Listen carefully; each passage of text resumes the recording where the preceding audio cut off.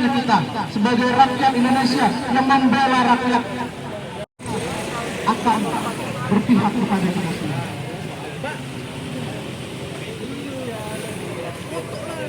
Kita kembali lagi ke mereka. Namun mahasiswa, hidup rakyat Indonesia, hidup menetapkan pajak-pajak, menaikkan pajak itu, tetapi tidak sebanding dengan fasilitas maupun kondisi negara Indonesia itu sendiri. Kita melihat hari ini kelompok menengah 66%, yang dimana memang ditarik itu merupakan yang nantinya akan berdampak ke fasilitas seperti jalan dan lain-lain.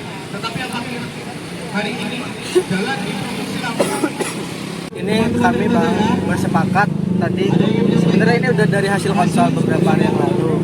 Kami bersepakat bahwasannya ini kan kami menanggapi terkait kenaikan PPN 12% yang menjadi isu nasional juga Bang.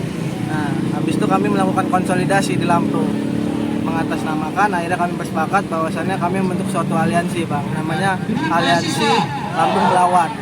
Nah, setelah aliansi itu berkumpul, akhirnya kami bersepakat untuk menindaklanjuti terkait adanya isu PPN 12%. Nah, meskipun pemerintah pusat saat ini sudah menyatakan bahwasannya PPN itu nggak jadi naik atau naik tapi hanya berlaku untuk barang mewah, cuman kami menyadari Bang bahwasannya hal itu tentunya cuma nomor-nomor ketika pada saat ini Undang-Undang Nomor 7 Tahun 2021 yang menjadi landasan untuk kenaikan PPN tersebut belum dihapuskan juga Bang. Nah, maka dari itu bahwasannya kami bersepakat problematika kenaikan PPN 12% ini tidak hanya bisa diselesaikan oleh PMK Nomor 131 Tahun 2024 saja. Tentunya kami menuntut pemerintah untuk pada saat ini menciptakan atau membentuk suatu perpu untuk membatalkan terkait Undang-Undang Nomor 7 Tahun 2021 itu sebagai bentuk konkret Bang untuk terkait kenaikan PPN 12% ini. Lalu kami juga pada saat ini menyampaikan tuntutan yang kedua Bang, tuntutan yang kedua yaitu karena kami sadar Bang bahwasannya ketika aksi yang terjadi untuk menolak PPN 12% ini, kawan-kawan di Jakarta sana itu selalu dihadapkan dengan kekuatan aparat bersenjata atau aparat negara.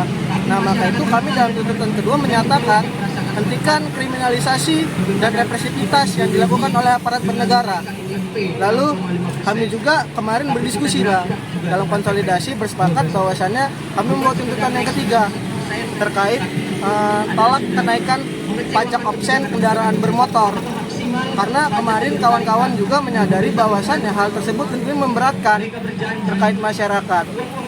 Maka dari itu ya kami di sini kami nggak nuntut DPRD karena kami tahu bahwasannya DPRD itu nggak bisa ngapa-ngapain saat ini.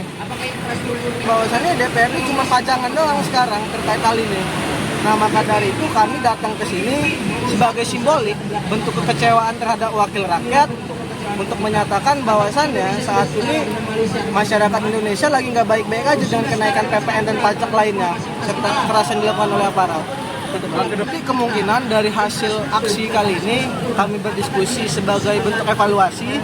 Nah, kalau bicara soal kedepannya mau aksi lagi kami belum bisa mastiin.